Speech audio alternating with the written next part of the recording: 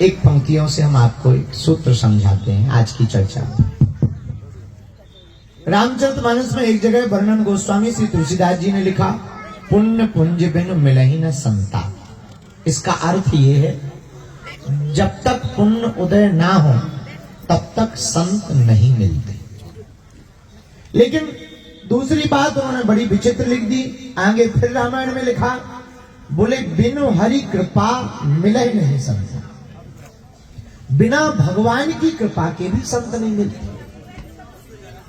तो किसी ने श्री तुलसीदास जी से पूछा कि हमको संत मिल गए, अब हम ये निर्णय कैसे लें कि पुण्य उदय होने के कारण मिले हैं या भगवान की कृपा से मिले।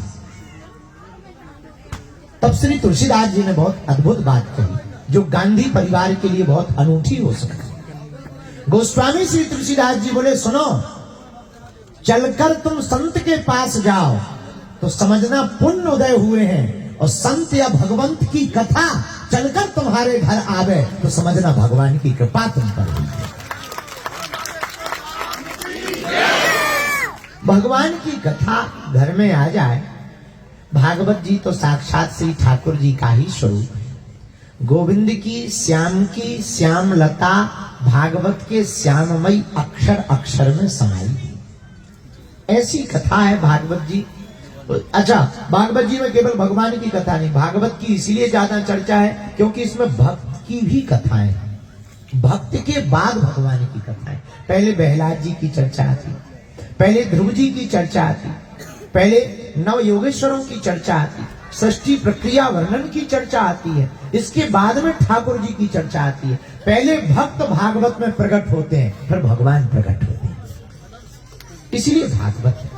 केवल भागवत में ठाकुर जी की कथा होती तो शायद इतनी सर्वलोक मान्य स्वीकार उक्ति नहीं होती, लेकिन इसमें ठाकुर जी के साथ साथ ठाकुर जी के लाडले भक्तों की कथा है। इसलिए तो भगवान ने वेदव्यास जी ने जब कहा कि हमने ये रचना कर ली है, अब इसका नाम क्या रखे, तो भगवान ने पूछा नाम क्या रखा, बोले भागवत रखा है। बोले अच्छा है, नाम बहुत अच्छा है। तो श्री लक्ष्मी जी की तरफ इशारा करके ठाकुर जी बोले, कहो बढ़िया है, भागवत है।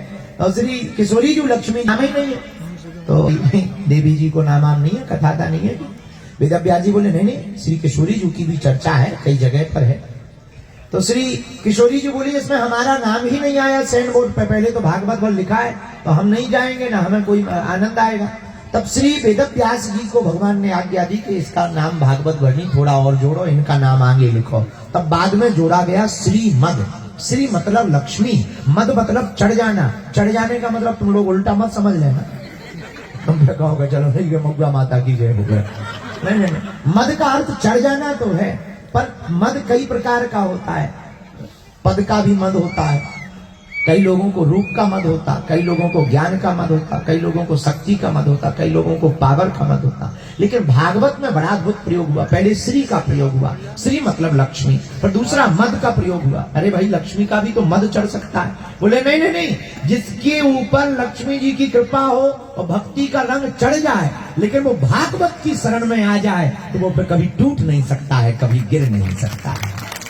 धनवान बन जाओ तो निश्चित है अभिमान आएगा, लेकिन धनवान बनने के बाद अभिमान आने जैसे ही शुरू, जैसे ही तुम भगवान के बन जाओ तो वो अभिमान भी तुम्हारा स्वाभिमान बन जाएगा। यही कथा का अर्थ है, यही भागवत का अर्थ है। तो धन्य है सानू का पूरा परिवार, शरद जी, अब जिनका नाम ना लेना हम तो सीधा गांधी परिवार कह दे रहे हैं, क्योंकि लोकल में है गांधी परिवार कह दे रहे हैं सीधा। गंधी गांधी ठीक है, पहले का वो दूसरे को नाम अपन हनी लाओ चाहिए, अच्छा नहीं है। गंधी परिवार चाहिए, हाँ, दूसरे को टाइटल अपन क्यों नहीं, सही बात। कुर्रा वाले ज्यादा अच्छा है, ये और बढ़ जाए, लोकलिटी को बढ़ावा दो, जय बुंदेलखंड। हाँ, ये ठीक है। तो कुर्रा वाला पूरा परिवार बहुत भाग